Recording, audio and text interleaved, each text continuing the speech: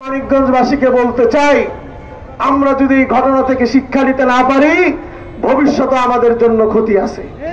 কি বলেন, ঠিক না?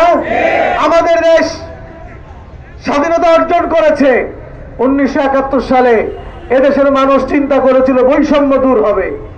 এদেশের মানুষ পরবর্তীতে আন্দোলন করেছে, 75-এ আন্দোলন করেছে, এরপরে আন্দোলন করেছে। প্রত্যেকটা সময় আমাদের আশা ছিল, প্রত্যাশা ছিল আমরা বৈষম্যহীন একটি বাংলাদেশ গড়ব। কি বলেন, ঠিক না? ঠিক।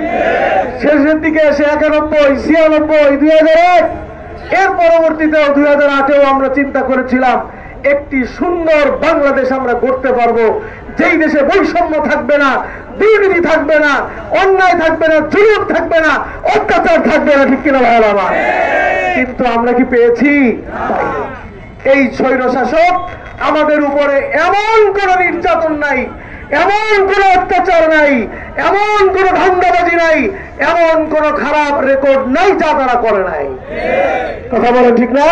আমাদের নির্বাচন ব্যবস্থা ধ্বংস করেছে, আমাদের শিক্ষা ব্যবস্থা ধ্বংস করেছে, আমাদের অর্থনীতি ধ্বংস করেছে, আমাদের পরিবহন সেক্টর ধ্বংস করেছে, আমাদের বাজার ব্যবস্থা ধ্বংস করেছে। কথা বলে, ঠিক কিনা?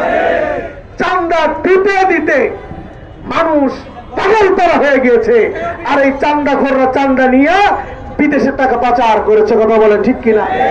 অতঃপর এই ছাত্র জনতা নেতৃত্ব দিয়েছে, ছাত্ররা নেমেছিল, অপর জনসাধারণ সকলেই আমরা নেমেছি, সকলেই নেমেছি এই আন্দোলনে ধাওয়া খাইয়া দেশ থেকে তাদের নেত্রী, তাদের সকল নেতা কর্মীকে ফালাইয়া চোরের মতো পালাইয়া চলে গেছে।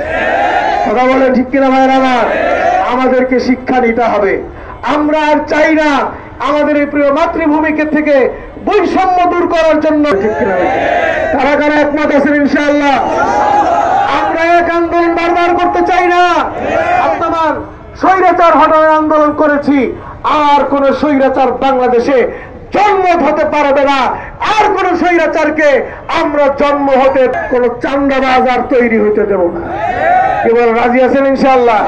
আমাদের মাইকের আওয়াজ যতদূর যাচ্ছে